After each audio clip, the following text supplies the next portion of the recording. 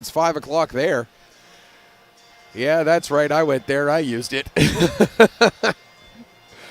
I've been making Jimmy Buffett jokes all weekend long at the expense of Cameron Buffett. And, well, not so much at his expense, because I was talking to his dad before their first game, or just after their first game yesterday. And I got confirmation that, yes, they are distantly related to the king of the Parrot Heads.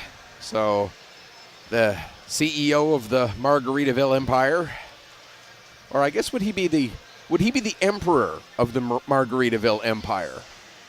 Yeah, that sounds more correct.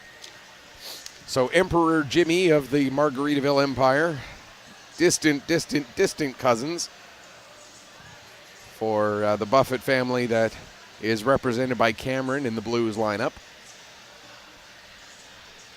And this game, even though it's maybe 5 o'clock in the central time zone, in Livingston, it's still a Saturday night.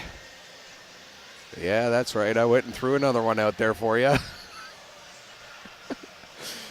If you want me to stop making the bad Jimmy Buffett puns and deep cut references, send me some tweets to @AAA Atlantics. That's @AAA ATLANTICS. So 4 A's at the start and then the first T. And share your thoughts throughout the game, much like Fiona Smith-Bell did, asking for a shout-out for Jackson Bell's grandma Pat watching in Winnipeg. Hey, there you go. 5 o'clock in Winnipeg. We knew it was 5 o'clock somewhere. And it's even 5 o'clock where Jackson's grandma Pat is watching. So there you go. Crushers making their way out onto their bench. Again, they're in their home whites with the black and red trim, the big Crusher logo, the Buckethead logo, as we lovingly call it, on the front of their jerseys. And it is going to be Alex Palmer making his first start of the tournament, making his first appearance in net for the Crushers in this one. So there we go. We get confirmation that Palmer is going to lead the team out onto the ice, it looks like, as Burrows is set up at the side of the net. And there's Nicholas Albert leading the way. So Nicholas Albert with the 1-0 record, the 2.09 goals against average, and the .895 save percentage in those 43 minutes of action, leading his team out onto the ice. Palmer leading the Crushers out onto the ice. And now we'll send things downstairs for the pregame introductions and O Canada.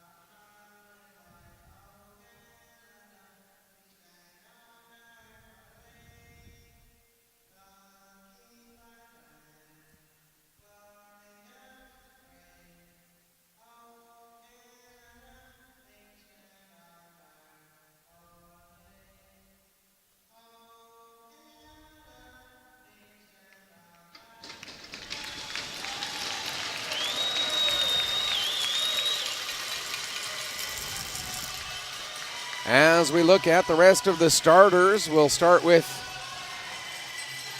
the Blues.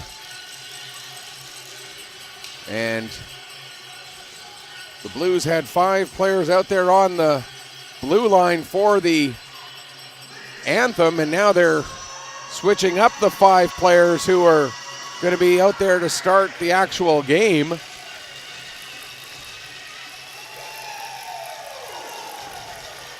The starting forward line, Cameron Emmanuel, Leo Jewett, and Ryan Milette. Emmanuel, Jewett, and Kanalakos, with the defensive pairing of Spencer Mathers and Matthew McCarron. For the Crushers, Dominic McKenzie and Owen Conrad starting out on the blue line with the forward combination of Keegan Dalton, Amias Crossman, and Levon Walst. And we are underway here in the first period of the final game of the day, here day number 2 at the Pee Wee AAA Atlantics. And the Crushers have the puck down in the Bedford zone. With it there is Smith, as both teams made changes from the players that they had lined up on the blue line to the actual face-off, as I see none of the 5 guys that I referenced for the Crushers. So a little bit of gamesmanship by both coaches early. Buffett now with the puck as he came back out on in an early shift change. And now it's picked up by Smith. Smith coming out.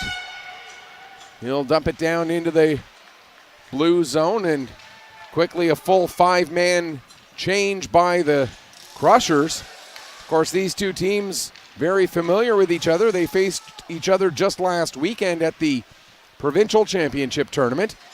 Sim loses his footing there in the corner as he works against Buffett. Now picked up and played up the line to Austin. Austin with the shot. The deflection there by Steele, but he deflects it a little bit too far straight down, and it doesn't end up getting all the way through to the net. Now it's picked up there by Bell. He'll play it around to Buffett. Up ahead for Sangster, who gets it up to LeBlanc. Sangster gets it back again, now knocked away from him. Austin gets it ahead for Moser. Moser sending it down into the blue zone. Back to get it there. That's Manning, I believe. A couple of these players on the Blues love to wear that jersey tucked in so far in the back you can't see any of the number. Here's LeBlanc coming in now. LeBlanc all the way down behind the net. Comes back out the near side. LeBlanc plays it back to the line for McCarron. McCarron's shot steered aside there by Palmer. Played back to the line. Comes to McCarron near side. McCarron off the end boards. Getting it behind the net there is McKenzie. He'll wrap it around. Held in by McCarron. Now McCarron still trying to hold it in at the line, but it comes out. Dalton plays it towards the middle of the ice. Mathers is there to give it up for Miller. Miller takes the shot. That goes just high and wide. And Miller is a name you will hear a lot in this game. He has 10 points already on the tournament. Cohen Miller, absolutely dominant here in this tournament. But right now with the puck down in the corner, that was Perrier. And again, I mispronounced his name several times for the first couple of games, and I do apologize for that. Now in behind the net, out in front for Perrier. There's Perrier with it. He takes a shot, save made, rebound is loose. They continue to jam at it, and finally getting it covered up is Alex Palmer. Want to send a shout out to Randy Noy watching from over in Prince Edward Island. Xavier Manning of the Bedford Blues, their grandson. Xavier's aunt from Moncton also over in Alberton watching the game there. So send a big shout out to everybody watching over on the island. With the puck now, there was that was Campbell. He got it ahead as far as the line, but Smith couldn't help get the puck out beyond the blue line. Now it's picked up by Jewett. Jewett with a shot. Save made by Palmer. And able to clear the rebound away out of danger is Campbell. He gets it to Spence. Spence working it down into the blue zone. Drops it off for McLaughlin. His shot can't get through the traffic. And the Blues pick up, come back out. Nearly 4 minutes gone here in the opening period. Jewett brings it into the Pictou County zone. Drops it off for Emmanuel. Emmanuel with the shot. Save made. Kicked over into the corner. Emmanuel picks it up there. Goes to play it back to the line. Delayed penalty coming up here against Pictou County. And as Manos touches the puck, we will get the first penalty call of this game. It's going to go against Manos for the slash. And so we will get our first power play of the game going to the Blues at 4:06 of this first period. Slashing the call against the defenseman Ben Manos. The power play of the Blues so far, 50% efficiency. They are 4 of 8 on the tournament. By far, are actually tied for the most efficient power play in the tournament. But they're going up against the number 1 penalty kill, the only penalty kill that has yet to give up a goal through its first 2 games. The Crushers 5 for 5, killing off penalties so far. Of course, now that I've gone and said that, those who believe in the broadcaster curse, I'm not one of them, as the Crushers get the puck down the length of the ice. Albert settles the puck down back there. It's just a statistical fact that eventually that will get broken up. Here's Steele with the puck as the forecheck of this penalty kill, doing a good job. Now up for Sangster. Sangster has it knocked away from him by Campbell. Campbell plays it to the line, not out, held in by McCarron. McCarron to LeBlanc. LeBlanc throws it through towards the front of the net. It goes through Austin and all the way down into the corner. Now McCarron gets it back again. Takes a shot. That's blocked by Dalton. It rolls out of his gear and out to center ice.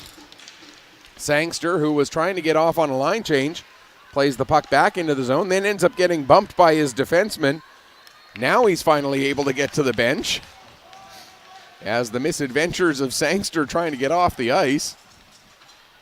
Just 20 seconds left in the man advantage for the Blues. Puck played to Emmanuel. He sets it up there for Miller. Here comes Miller. Miller with a shot. And again, that just a little bit off target. Able to be played out of the zone there by Walst. And now McCarron will get to the puck. Being watched by Walst. Penalty is over. We're back to 5-on-5. As McCarron gets the pass across to Miller. Here comes Miller. Miller coming in. Miller tries to go 5-hole. He can't. But following up on the play, I didn't catch the number. The initial save was made by Palmer, and it's Perrier who followed up and put the goal into the net. Miller will get his 11th point of the tournament, with the goal coming at 6:16. For Perrier, his 4th goal, 6th point of the tournament. Cohen Miller gets his 11th point with his 5th assist in just 2+ games, and the Blues with the 1-0 lead. Buffett holds it in at the line, sends the puck back down low beyond Austin, gets to Kanalakos. Now Jewett tries to throw it in front. That goes off a body.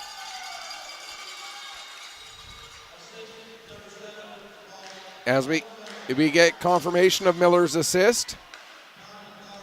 And Miller gets the only assist on that one. At 6:16, it was not a power play goal, as the penalty had expired 10 seconds earlier.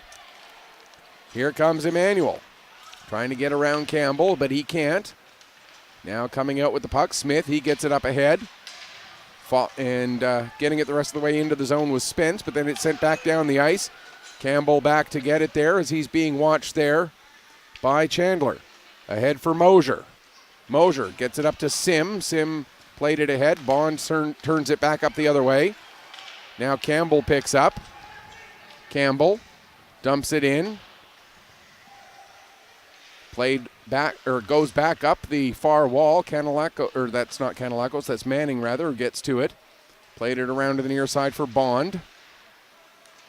Bond gets it up to Sangster. Sangster feeds it ahead for Chandler. Chandler gets spun around by Campbell, but gets the puck down into the corner for LeBlanc. LeBlanc skating away from the check. Now plays it back to the line. Manning with the shot from the point. That gets deflected and ends up rolling just wide. Now here's Mathers at the point. Mathers down to Chandler.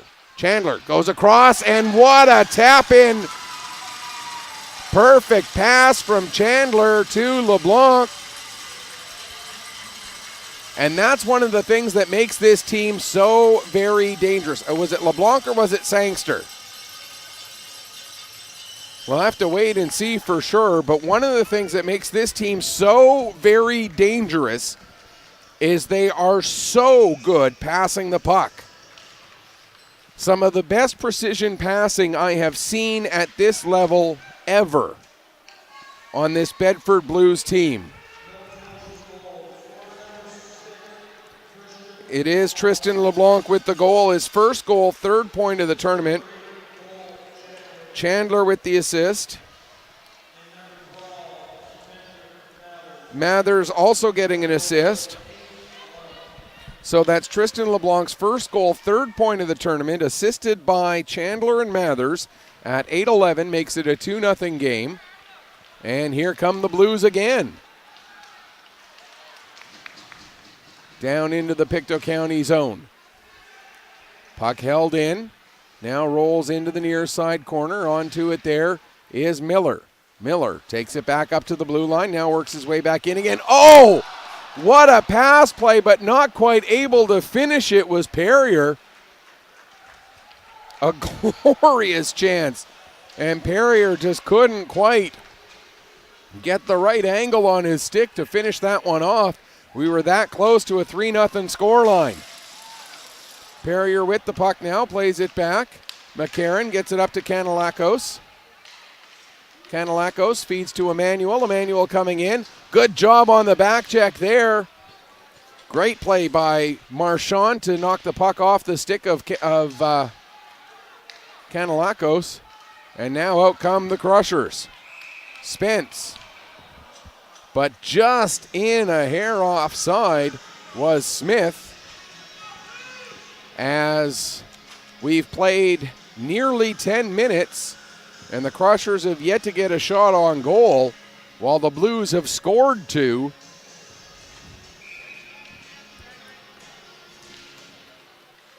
And the Blues, who have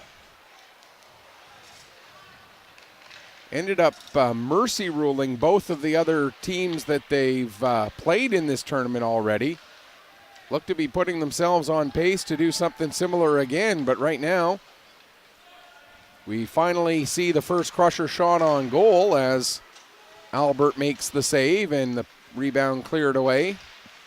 Now the puck back into the blue zone, picked up there by Bell. Goes back to Bell again. He'll play it over to Buffett.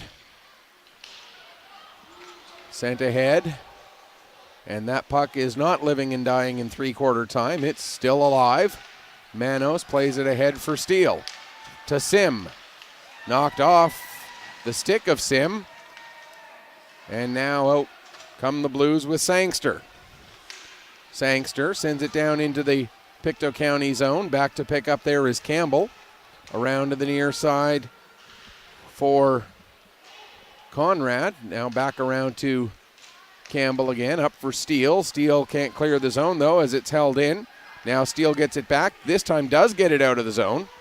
And it's dumped right back in again. 3:46 left to go here in the opening period. Moser. His pass a little too far in front of his intended target, but Jewett couldn't get a handle on it. Now it's played out to center, just beyond Bond. Albert will settle it down there for Manning. At least I believe that's Manning. I think he's the tallest of the players who doesn't show his number. I'm pretty sure that is Manning, though. Yes, it is 10. You can see the number on the sleeves, but you sure can't see the number on the back. But he's the only relatively tall player that is doing that for Bedford, so. And there with it now is another one of those players who doesn't like to show off his number, Mathers. And I get it if, players who are a little bit smaller of stature and so the jersey ends up coming really long on them. But as a play-by-play guy, it's a bit of a pet peeve to not be able to read the number of the player because it's tucked into the back of the jersey. Comes out to center. There's Austin with the puck. He'll play it over to Marchand. Marchand goes to dump it in. Ben Marchand dumps the puck in and then goes off on a line change. Meanwhile, Crossman gets the puck down to Dalton. Dalton takes the shot, and Albert makes the save and hangs on. 2:31 left to go here in period number 1. The 2-0 score line in favor of the visiting Bedford Blues against the host and hometown Pictou County Crushers. Miller to Milette. Here comes Milette. Trying to work his way around Conrad. Gets held up at the blue line. And it holds him up enough that it creates an offside against the Blues with 2:17 left to go here in the opening frame. Miller taking the draw there against McLaughlin. McLaughlin wins it back to Campbell.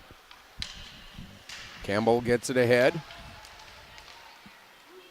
Now Miller for Perrier. Back down to Miller below the goal line. Campbell takes the puck away from him. And now it's turned back over to Smith.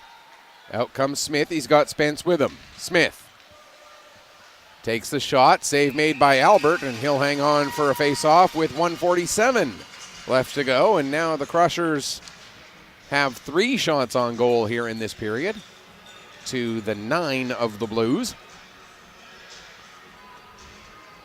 So the last 3 shots in a row recorded in this game, all coming off of sticks of Pictou County. Bond plays it around to the far side. Out come the Blues. Nice little move there by LeBlanc to get around one man. Having trouble getting around Sim, though, as Sim able to use his speed to stay with, I believe that was LeBlanc. Bond now out at center ice, plays it across to Manning. Manning gets it ahead there for, that was Chandler. Now Chandler getting the puck back down in the corner, throws it towards the front of the net. It goes off of the defenseman Manos, and having to be quick there to react was Alex Palmer. Now coming in is Sim. Sim with the shot off the post, and then the puck bounced over the stick of Landon Steele as Chandler gets knocked off the puck there by Marchand. Steele getting it back into the Bedford zone with under a minute left to go in the period. Here comes Chandler now. He tries to get that puck past Ben Marchand. He's not going to do it, as Marchand, one of the bigger players in this game, one of the bigger players in this tournament, to be honest. Now Crossman gets it out to center. Comes across near side for Dalton. Dalton trying to get around McCarron. McCarron takes him into the corner. Emmanuel picks up the puck, gets it out to Jewett. 19 seconds left. Marchand can't get a stick on that puck. Now ahead, here comes Kanalakos. Goes 5-hole and scores! William Kanalakos at 14:49 of the first period makes it a 3-0 scoreline. What a move by Kanalakos to first get around the defenseman and then put the puck 5-hole on goaltender Alex Palmer, and it's now 3-0. Jewett should get an assist, and I believe the second assist will go to Emmanuel. We'll wait and see.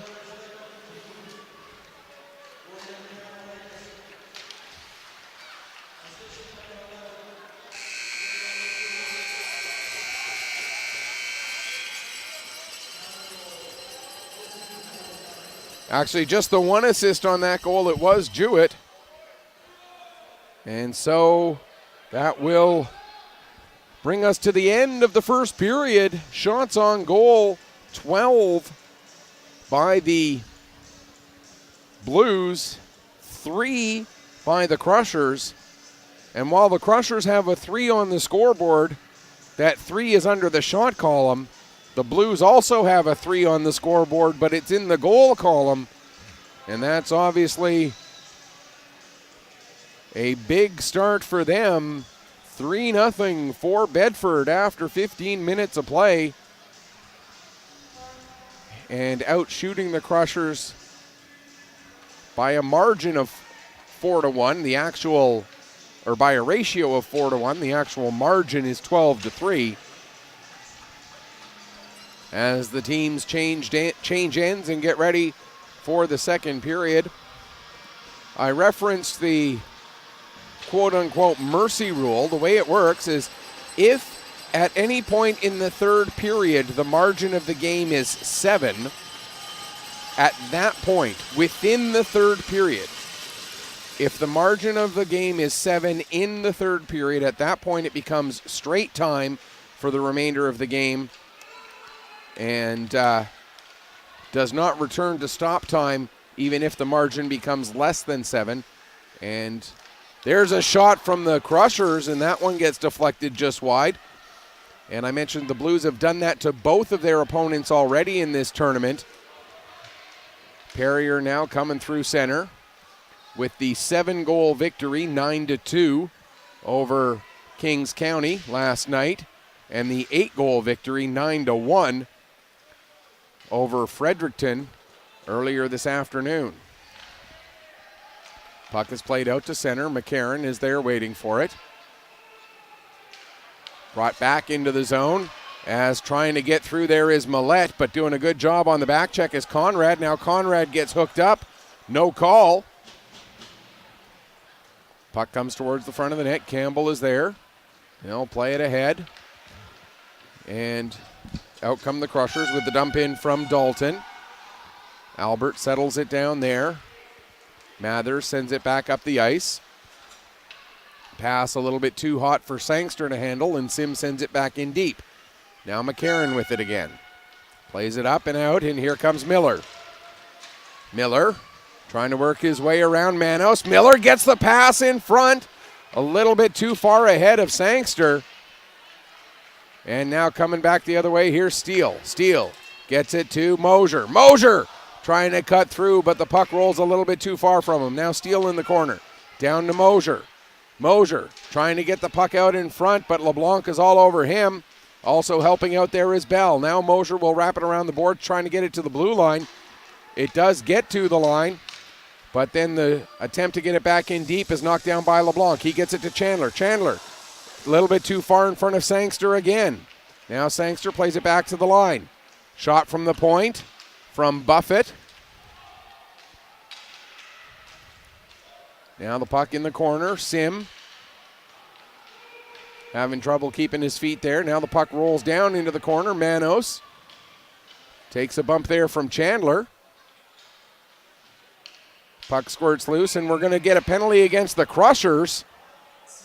And you can see that McKenzie there trying to argue, what about our guys getting hooked up and our guys getting hauled down?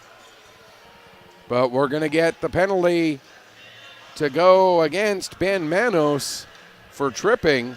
And that's Manos' second penalty of this game, the Crushers' second penalty, and overall the second penalty of this game.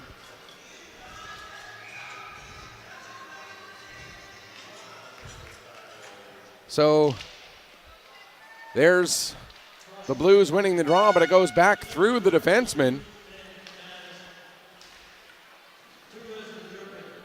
As the tripping call is announced, the Crushers now 6 for 6 on the penalty kill on the tournament, and the Blues now 4 for 9 on the power play.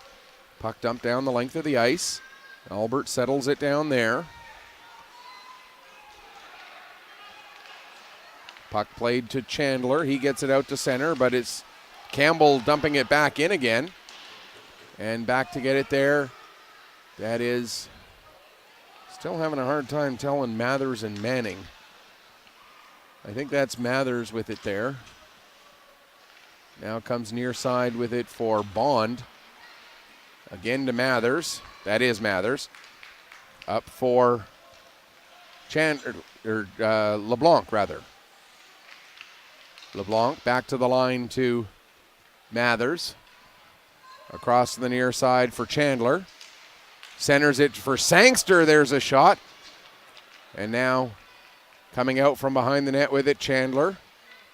Now in the corner, LeBlanc. Back to Chandler again. There's a shot. Save made.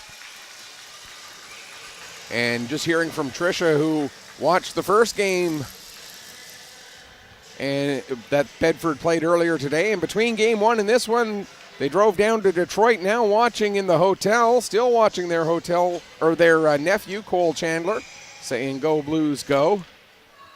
Thanks so much, Tricia. You watching even while you're on vacation south of the border. Gotta love that. Thanks so much for tuning in, and thanks to everybody else who's tuning in as well. Don't forget, you can tweet me here at AAA Atlantics. So that's at AAA ATLANTICS.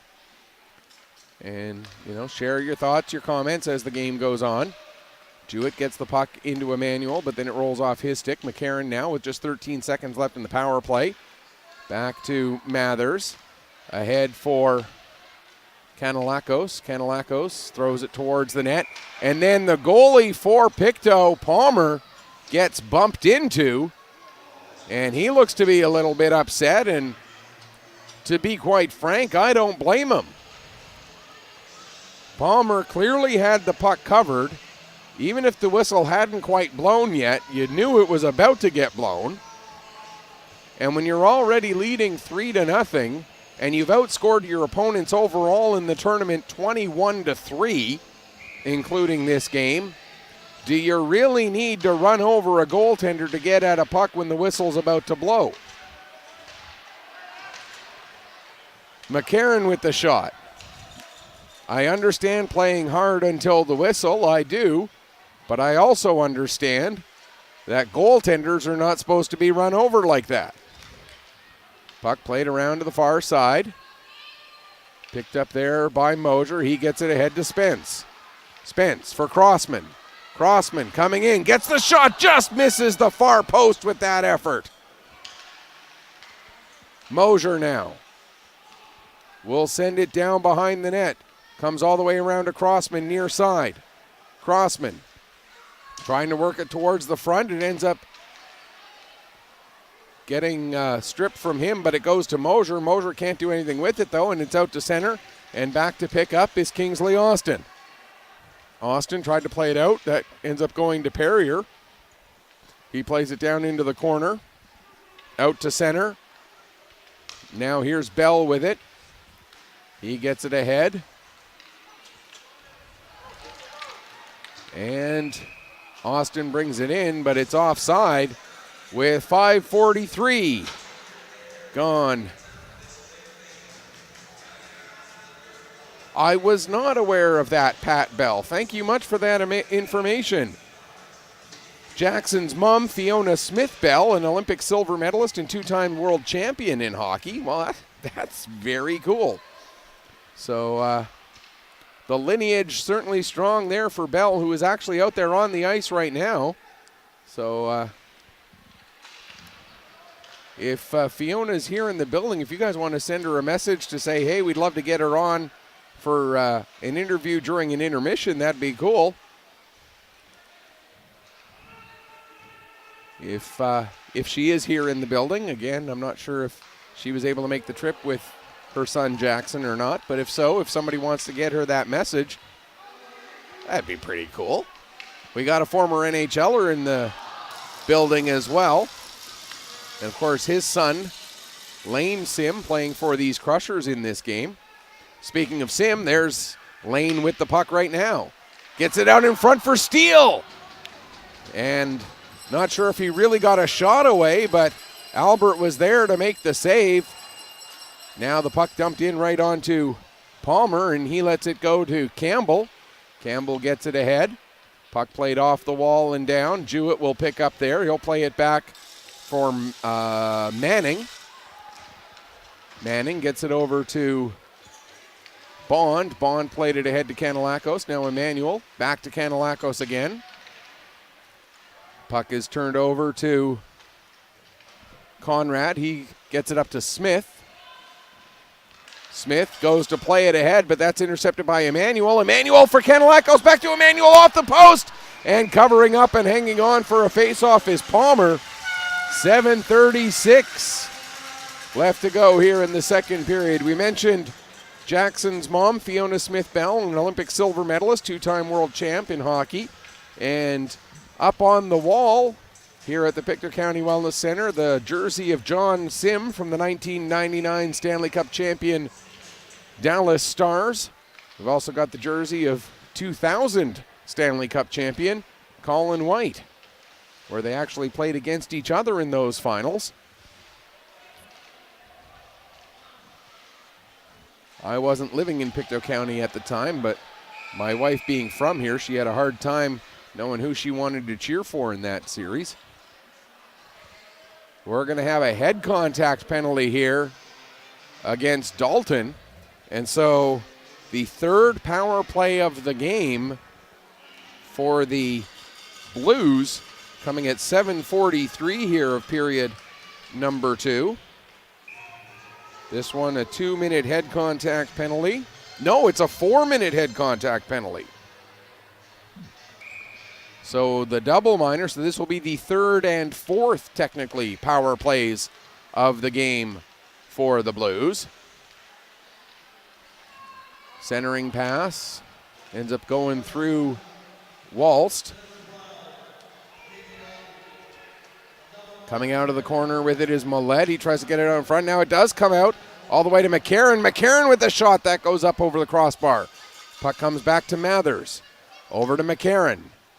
Sends it down. Out for Milette in front, who then tried to set it up for Sangster, who got the deflection, but Palmer able to make the save. Now here's Miller.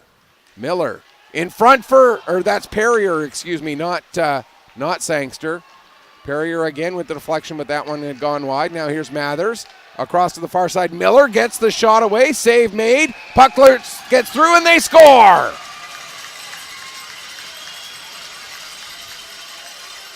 .52 seconds into the power play.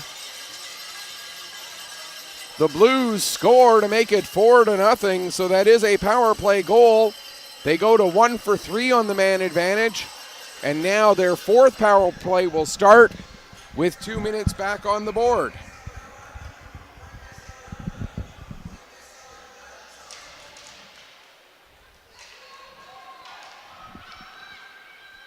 Puck played down into the Blues zone as they continue their power play with this goal that came at 8:35, excuse me. Miller getting the goal from Perrier. Perrier gets the only assist on that one. So for Cohen Miller, his 7th goal, 12th point of the tournament. That's right, 7 goals, 12 points in just this third game.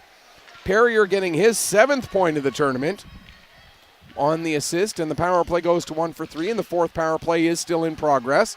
But right now, Moser with the puck can't clear as Buffett holds it in. You can't stop the carnival. That puck is going to keep going, and the power play is going to keep going too. Buffett gets it ahead to LeBlanc. He feeds it to Chandler. Chandler with the shot. That goes just wide. LeBlanc chases the puck down behind the net. LeBlanc trying to get away from the check of Austin. Now back there helping out as well as Chandler. Puck comes back to LeBlanc. He'll play it to Bell. Bell has it go off the defenseman Austin, and having to be quick to react on that one was Palmer. 34 seconds left in the man advantage, and Bell goes back to pick up. Joanne Yard, and if I'm mispronouncing that, I apologize. Saying way to go Blues, a high five to Matt McCarron from Aunt Joe. As McCarron and the rest of these Blues having a dominating tournament here, now outscoring their opponents through nearly 8 periods by a margin of 22-3. Absolutely dominating performance by these Blues so far this weekend. Kanalakos, as the power play still has 12 seconds left in it for the Blues. Puck picked up by Bond there. Now it's going to come to Mathers. Mathers tries to play it ahead but it's knocked down by McKenzie. McKenzie trying to get around his fellow number 11, Jewett, and then Mathers steals it away from him. Up to Canelacos. Canelacos gets rubbed into the boards there by Walst. Now we are back to 5-on-5, and here's Smith with the puck. There's a shot steered away by Albert. As we're down to 4 minutes left to go here in period number 2, 4-0 the scoreline.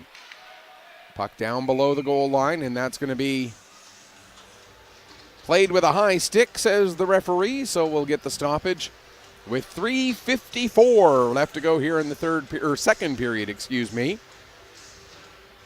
And for the Crushers, if you want to talk about a silver lining to a 4-0 scoreline, by this point in each of the Blues' first 2 games, they had put up 7 goals in their first game against, at this point in the game with 3.5 minutes, just over 3.5 minutes left to go in the second period. They had scored 7 against Kings County. It was 7-2 at that point. And they had scored 7 against Fredericton. It was 7-1 at this point. So for the fact that the score is only 4-0, take small victories where you can get them from a Crushers perspective. There's Campbell with the puck. He'll play it across there to Conrad. Conrad's shot blocked by Miller. Comes right back to Conrad. He'll send it down into the corner. McCarron there to get on it, but he's got Dalton all over him. Coming in to help out as well as Walsh. He'll play it back to the line. Conrad over to Campbell. Campbell's shot gets blocked and out. Milette gets it out to center. Conrad back to pick up, and he plays it ahead. Buffett there, and it goes up into the Crusher bench. And the face-off will be just outside the Bedford blue line with 3:15 left to go. And Bedford took a penalty. I missed it there somewhere. Now we're getting the announcement of it.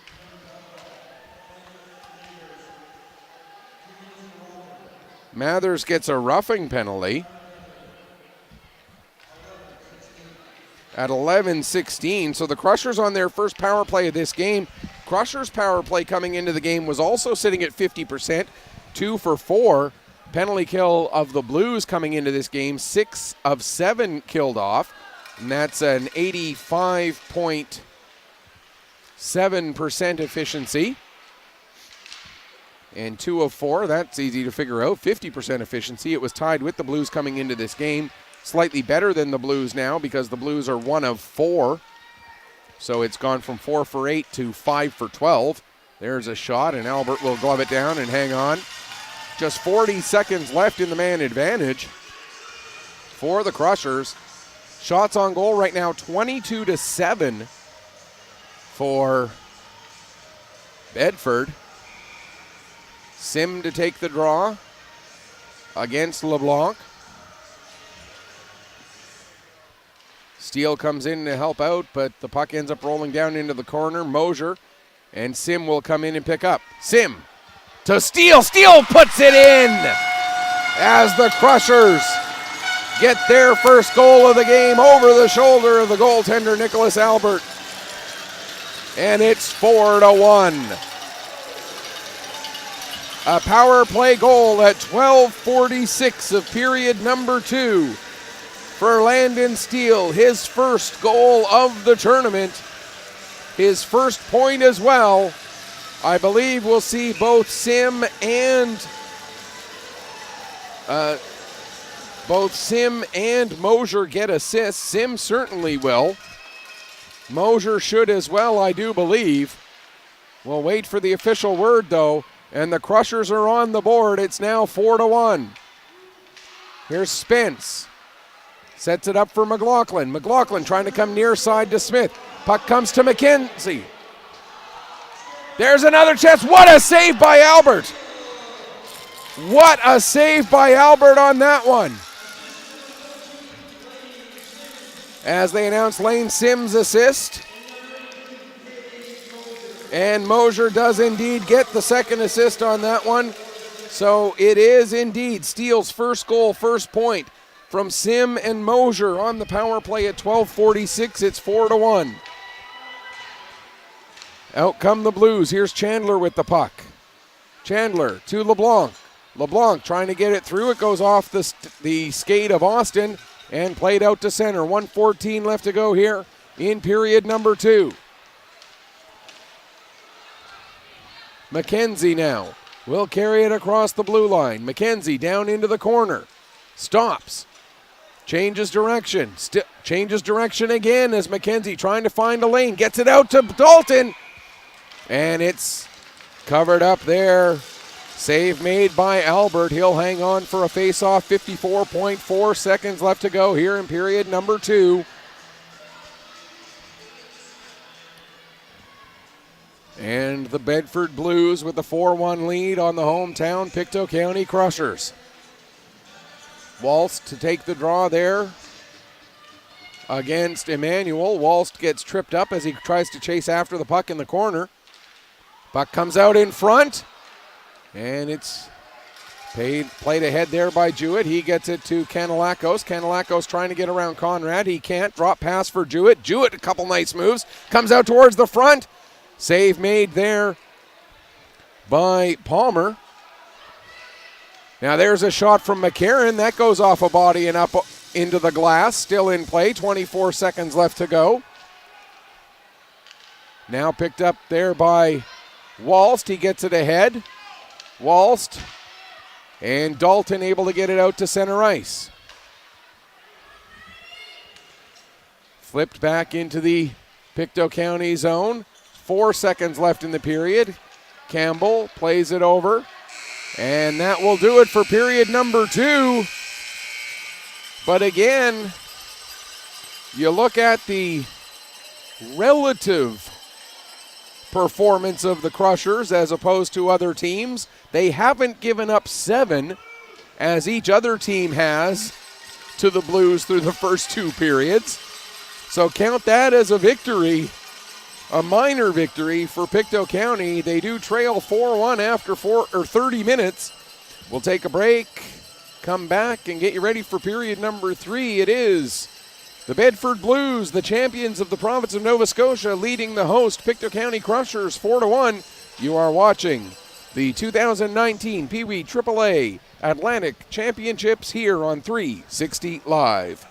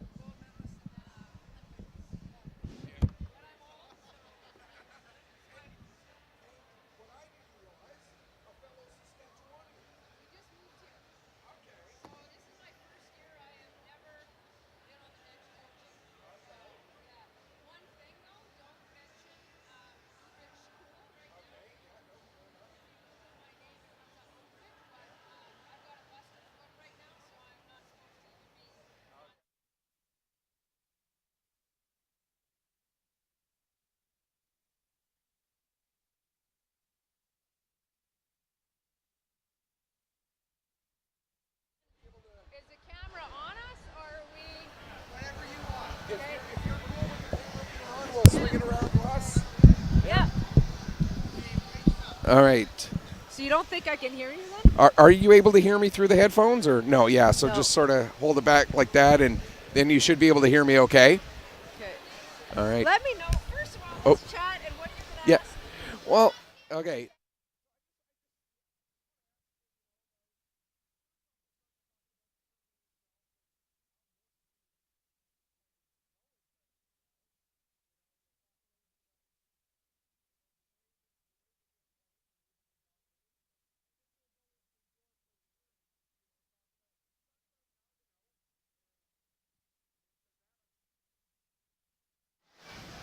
All right. And we've got a special treat for you here during this intermission. A former world champion, multi-time world champion, a former Olympic medalist. I have with me Fiona Smith-Bell. And Fiona, first off, welcome to Pictou County. Thanks, Michael. This is my first time here. It's a beautiful facility, and the hospitality has been amazing so far in the last, well, I guess we've only been here for 1 day, 2 days. And you're the mom of one of the players on the Bedford Blues.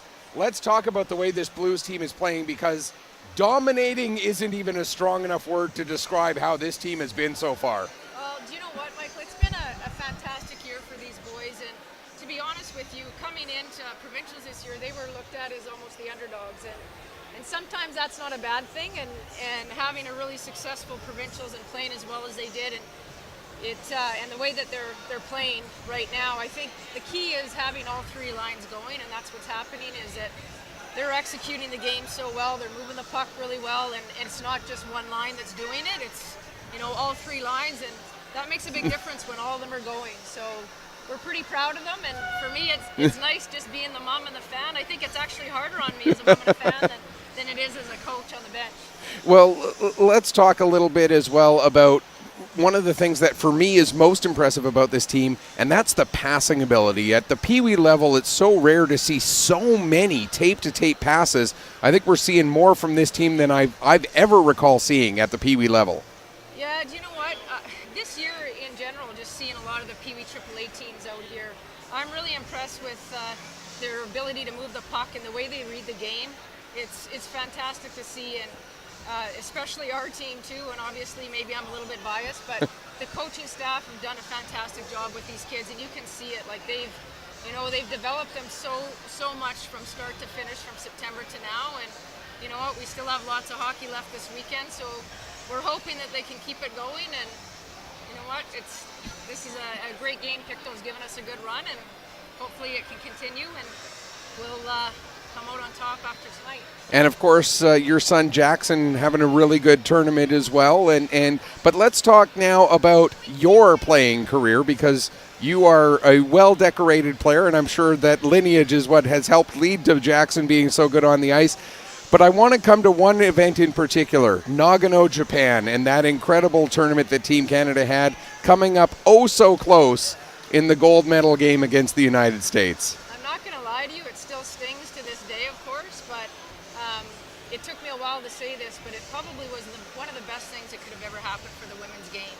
And the game has evolved so much. We have, so many girls that are playing the game now, and it was because of the '98 Olympics. And you look at now, Canada's gone on to, well, they won 4 straight, and then we took a turn again. But you know what? They're at Worlds right now, and it's a big tournament again for them. This is a big year. And the women's game, like I said, is just it's grown by leaps and bounds, and I was pretty proud to be a part. It was an honor to be a part of that team in 1998, and to be with the team as long as I was. So. And also winning a world championship on home soil. That must have been extra special to be able to do that. It's pretty special, There's no other feeling like it when you're standing on the blue line with your teammates, embracing each and every one of them, and when you see that Canada flag going up, and you look up and you see all the fans in the stands and being on home soil, you're right. There isn't a feeling like, or no other feeling like it. It was pretty special. And of course, we have you and so many of the other pioneers to thank for our own Pictou County's Blair Turnbull and the success that she's been able to bring to the women's game. Let's talk a little bit very briefly. I know we didn't plan on talking about this, but what's going on with the CWHL right now, and what you see of the future of professional women's hockey in North America? I think everybody was shocked, but not shocked, if that even makes sense, when Yeah. the CWHL folded. And And I've said all along, not that I'm, involved in it at all, but I really believe that in order for us to grow the game, we really need to be one unit, right? And so whether that be, I'm not really sure what the plan is. I've heard that the NHL is stepping up, but for those girls, they need a place to play.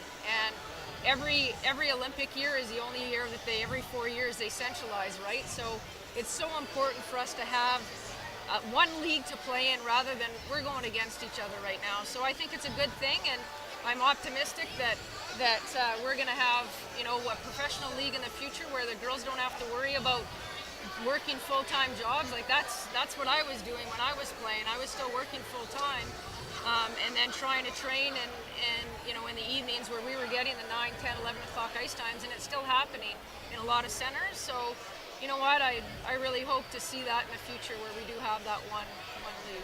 And one thing I got to say is the women's game is so strong here in Pictou County. We, of course, have the Northern Subway Selects who went to the SO Cup last year, made it so close to making it to the regionals again this year. Our Bantam girls are at regionals.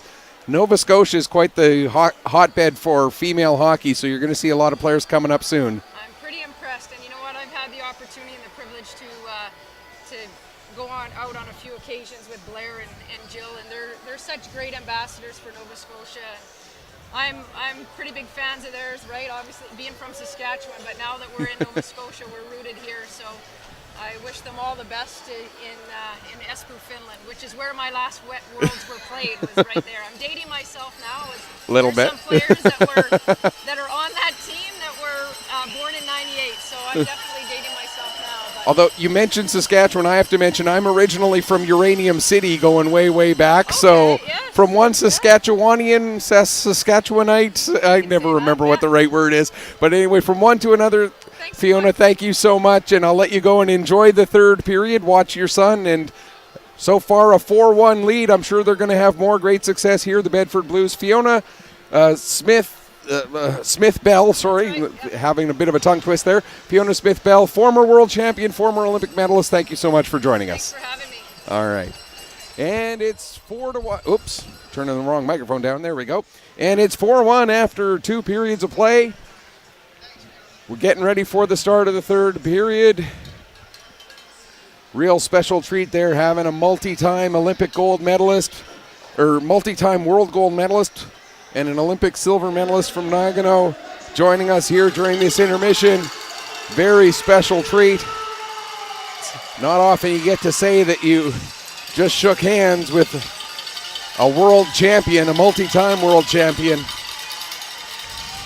That's one that's going to go down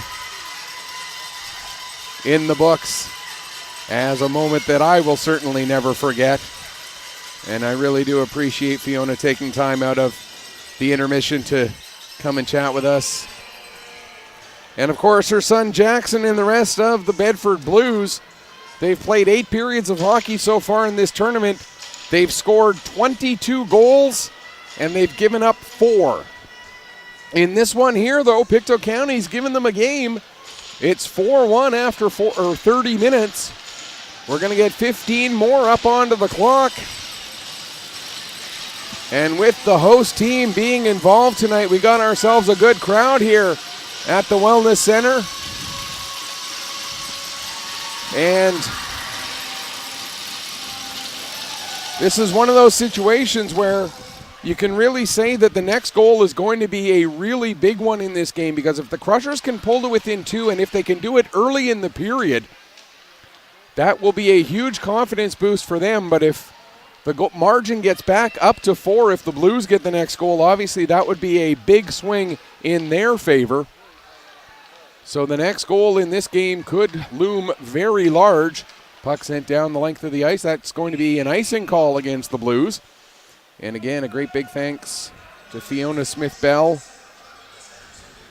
And speaking of Team Canada, as mentioned, they are over in Espoo, Finland right now, playing at the World Championships, and we want to extend our best wishes to a couple of players from right here in Nova Scotia. Blair Turnbull and Jill Saunier, so much a part of the recent successes of Team Canada, including the experience over in Pyeongchang, or Pyongyang, Pyeongchang. No, I had it right the first time. Puck dumped back down into the blue zone. There's Smith knocking that one down as the Blues try to clear. Now held just in at the line by Austin. Big play there by Kingsley Austin to hold that one in at the line.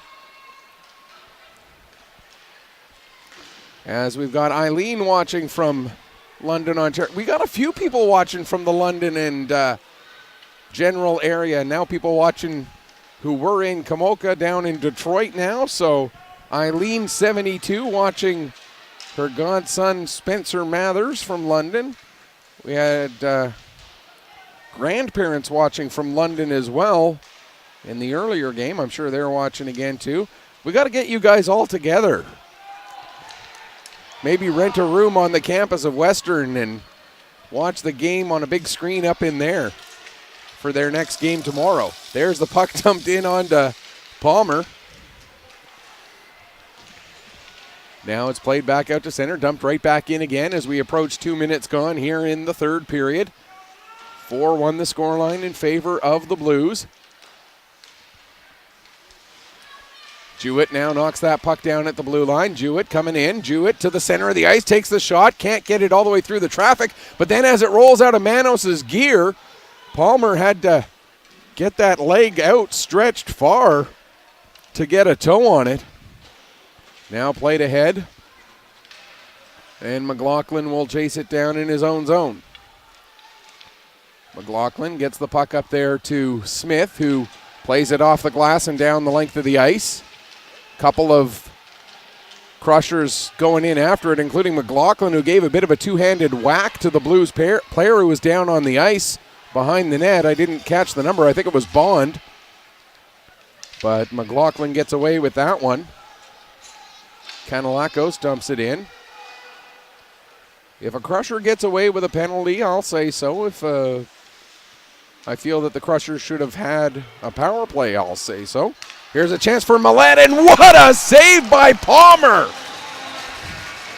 Alex Palmer flashing the leather. Wow! We have seen some great goaltending in this tournament. Alex Palmer showing some flashes of leather there. We saw a fantastic game by Sean Hogan earlier today against the Crushers. And a brilliant, brilliant save there by Palmer. Crushers get the puck out. Here's Dalton with it now. Dalton able to get it into the zone. Ends up going down. Referee's arm is up. I'm not sure. It's going to go against the Blues. Now Dalton gets the puck back, sends it down to Crossman, and then as the puck is touched by the Blues defenseman, we're going to get a penalty call against Bedford. Their second penalty of this game. Crushers are 1-for-1 with the man advantage, and as Miller goes off for the hooking call, had to wait just to make sure to see what the referee was going to signal there. At 3:31 here of the third period, a great chance for the Crushers to pull to within 2. Shot from the point by McKenzie, doesn't get all the way through. And the Blues will play it out to center.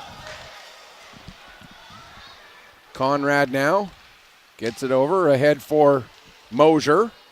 Moser had to take a little bit too long to get across the blue line as he couldn't find a lane, and Landon Steele was in just ahead of the play. 24 seconds gone in the man advantage. 11:05 left to go here in the third period. Lane Sim to take the draw against LeBlanc. LeBlanc wins it to Buffett. Now here comes Steele. Steele tries to center it. That goes off a skate. Steele chases it down behind the net, gives to Moser, who was right there alongside him. Moser now for Sim. Sim trying to get it back through, but that's intercepted and sent down the length of the ice. 1:10 left to go in the man advantage. Back to get the puck is Conrad. Conrad, lead pass, Steele gets a piece of it, deflects it down into the zone. He'll peel off for a change as Dalton comes racing in. Puck played up the boards. Sim chases it down before it gets to the blue line. Goes to play it. It goes into Crossman's feet. Crossman couldn't find it in time, but McKenzie does. McKenzie will chase it down into the corner. McKenzie Out from behind the net, tried to play it in front. It gets knocked down. Now it's back to McKenzie. McKenzie cutting into the high slot, takes the shot. That goes just wide. Now Dalton with it. Dalton back to the line, McKenzie. McKenzie tees it up, and getting his stick in the way was Chandler. The puck rolls into the corner. LeBlanc now, he gets tripped up, and that is going to be a penalty.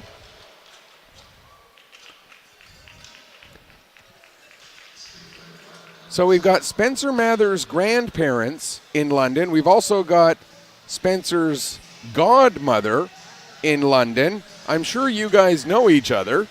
So Eileen watching her godson Spencer Mathers, and Art and Vanna Smith watching their grandson Spencer Mathers. Like I say, I'm sure you guys know each other, and there's a few more watching from that general area. Seriously. Get together, rent a big room down on campus at Western and watch the games on the big screen. That'd be pretty cool. Why not?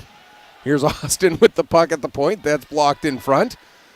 And it's sent down the length of the ice. And Art and Vanna, thank you so much for the kind words about the interview. I thought it was really cool too. Now Miller cutting in, and we've got another penalty against the Crushers, as I was trying to follow up on the tweets.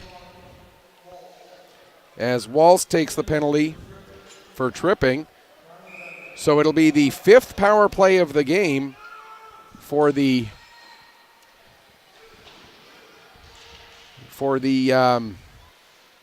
Blues here. They are 1 for 4 with the man advantage.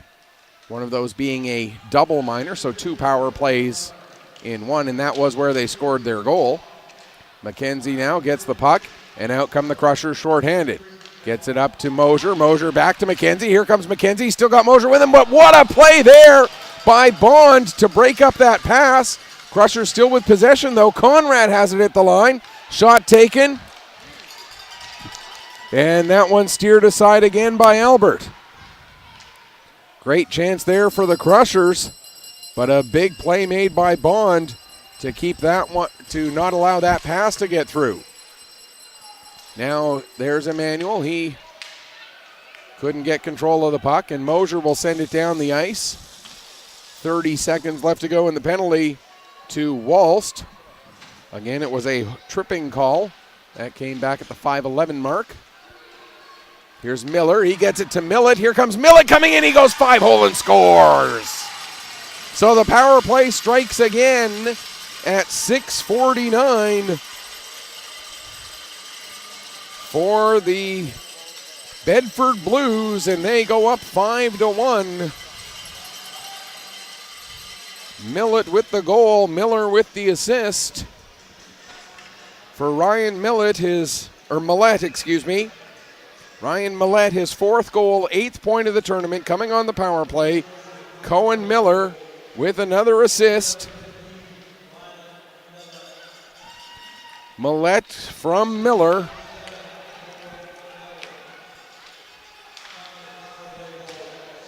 At 6:49, so Milette's 4th goal, 8th point, assisted by Miller. For Miller, that's 13 points in 3 games. Yes, you heard that right. 13 points in 3 games for number 7, Cohen Miller. I'm calling it now. High draft pick in the, what year would that be? 2025 NHL draft?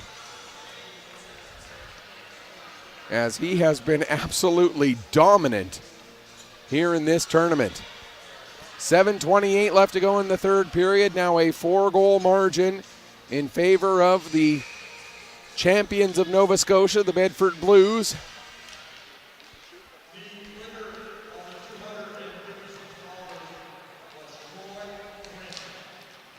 Centering pass broken up there by McKenzie. He gets it ahead, trying to find Smith. Now McKenzie following up on the play. McLaughlin. Now it's going to come to Ben Marchand. He plays it just inside the blue line. There's Spence with a chance. Another chance. And Arnold doing just enough, or Albert, doing just enough to keep it out. We've got people watching all the way from Newcastle, Australia. How cool is that? Now we got another penalty coming up. It's going to be a hooking call. This one's going to go against Kaden Smith at 8:20 of period number 3.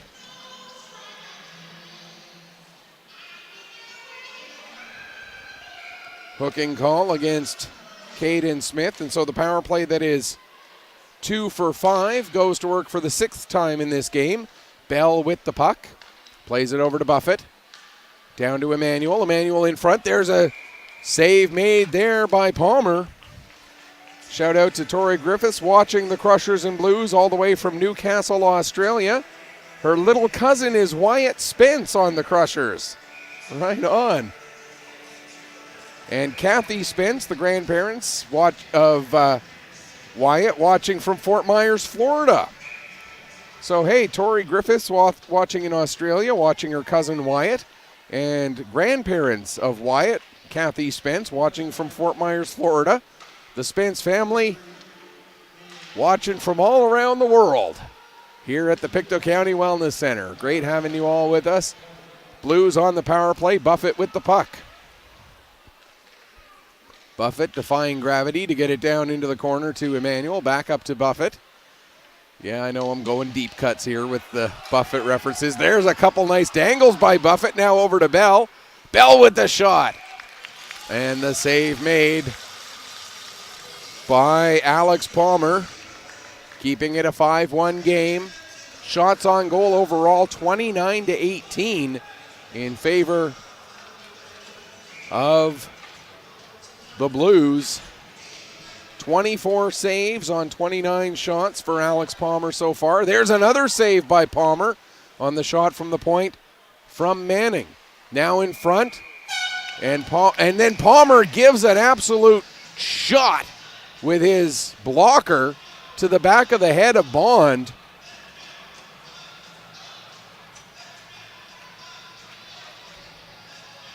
A goalie's got to protect his crease, okay, but you cannot take a shot like that with your blocker. Somebody's got to go and serve that penalty for Alex Palmer. And it looks like it's Sim who's going to go, and it's going to be called head contact. And I wouldn't be surprised if they call this a 4-minute head contact. They do. Alex Palmer with the blocker shot right to the back of the head of Spencer Bond.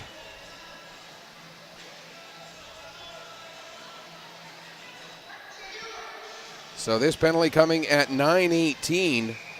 So that means it's going to be 1 minute and 2 seconds of 5-on-3. And yes, I get it. A goalie's trying to protect his crease, but you cannot be using that blocker, which is a heavy, hard piece of equipment, to take a headshot at another player.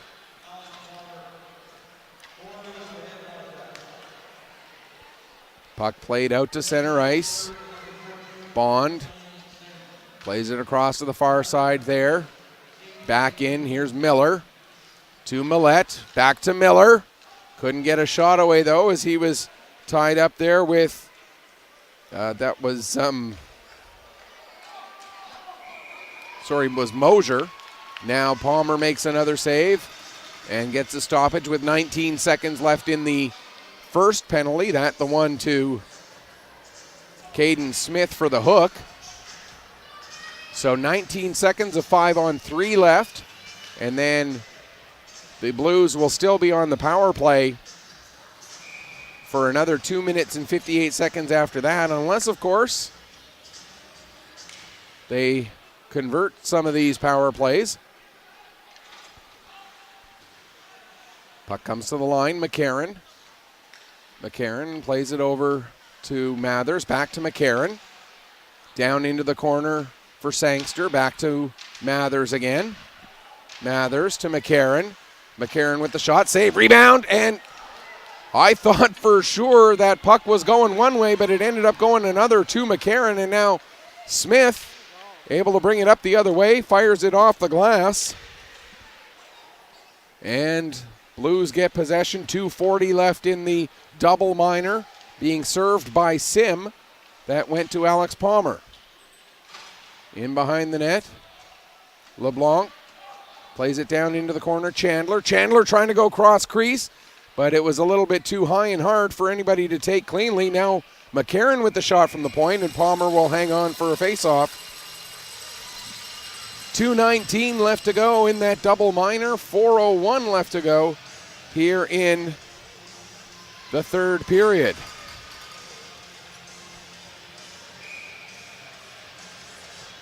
Okay. Really small world. Holy cow. Puck down into the corner, goes all the way around. Played off the glass and out there. Nice play by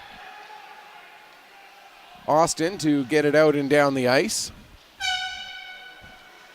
We're into the second half of the double minor for the head contact. Sangster with the puck. Plays it across. Campbell will get to it first, just ahead of Chandler. Campbell behind the net, comes out, goes to clear it, but it goes off the back of Dalton, and that allows LeBlanc to keep it in. LeBlanc having trouble finding it, but Buffett gets up, gets the puck. Now it's sent in behind the net. Kanellakos throws it out in front, comes all the way back to the line for Buffett. Buffett gets it across. What a passing play to LeBlanc, off the post and in! Kanellakos will score as the initial shot taken by Chandler goes off the post, and that will be a power play goal at 12:01, making it 6-1. So it's 2, 4, 5, 6, 7, 8. So that puts the power play at 3 for 8 this evening. Kanellakos, that'll be his second goal of this game. Fourth goal and fifth point of the tournament. Buffett will not get an assist as too many other players touched it beforehand. I believe the first assist will go to Chandler for the shot that went off the post.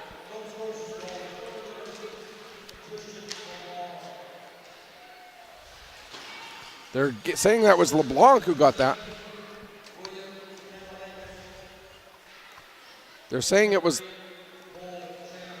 LeBlanc from Kanellakos and Chandler. I thought it was Kanellakos who got the goal, but it's announced as LeBlanc's goal, so it's his second goal, third point, or fourth point of the tournament, assisted by Kanellakos and Chandler, making it 6-1. Now we're going to have another penalty, and this is going to be a body checking penalty again against the Crushers.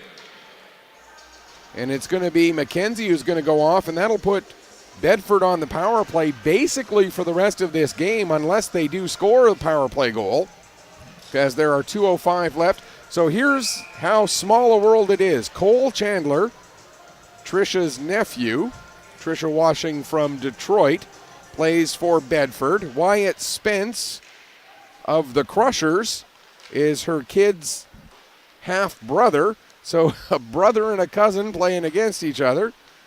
And Trisha also says hello to Kathy and Jerry watching from Fort Myers and Tori watching from Australia. I guess you guys all know each other, so small world indeed. Penalty again was to McKenzie for the body contact there at 12:55. So the Blues again will be on the power play until there's 5 seconds left in regulation, unless they score or unless another penalty gets called. But here comes Milette. Milette to Miller. Miller with a shot that just misses. 1:22 left to go in the game. Spence tried to make the pass up to Smith. Smith was looking back to receive the pass and ended up skating right into Bond. Good job by the referees not to call a penalty on either of them for that collision, because that was... And now there's Spence delivering a two-handed hack at Miller. Miller coming in. Tried to get it to Kennel. What a save there by Palmer! What a save by Palmer. as he somehow got that leg out and got a toe on that puck off the stick of Milette. But we're going to have another penalty against the Crushers. It's going to be roughing against Kingsley Austin with 52.9 seconds left, as the frustration of the Crushers becoming very evident here. So 5-on-3 for the Blues as they have the chance to extend this lead here.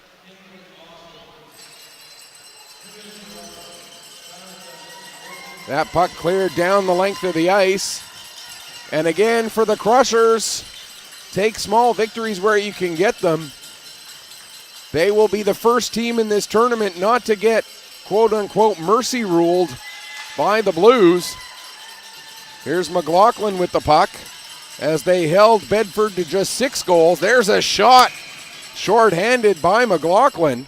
And Albert makes the save, and the clock will stop with 13.4 seconds left to go. For Bedford, what else can you say but the train continues to roll. The 3-game total for them, 24-4, goals for and against. They have 1 game left in the round robin. They'll play in the final game of the round robin at 3 o'clock tomorrow afternoon against St. John's. Looking to go to a perfect 4-0 for the Crushers. They have 1 game left as well. They'll take on Fredericton to try and get back to 500. But a dominating 6-1 performance in this one. Final shots on goal, 40-18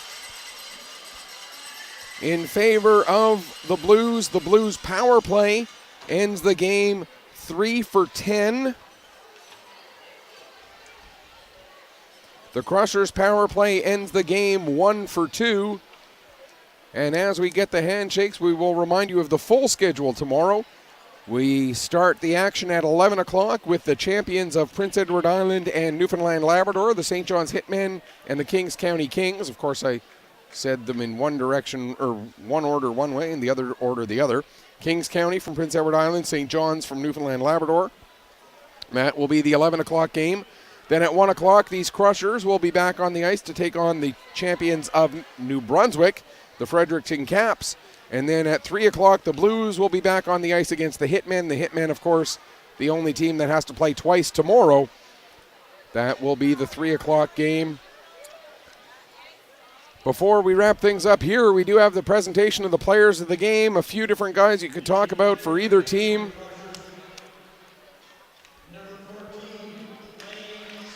Lane Sim gets player of the game for the Crushers. He had an assist. He was all over the ice. Lane, of course, son of 1999 Stanley Cup champion John Sim.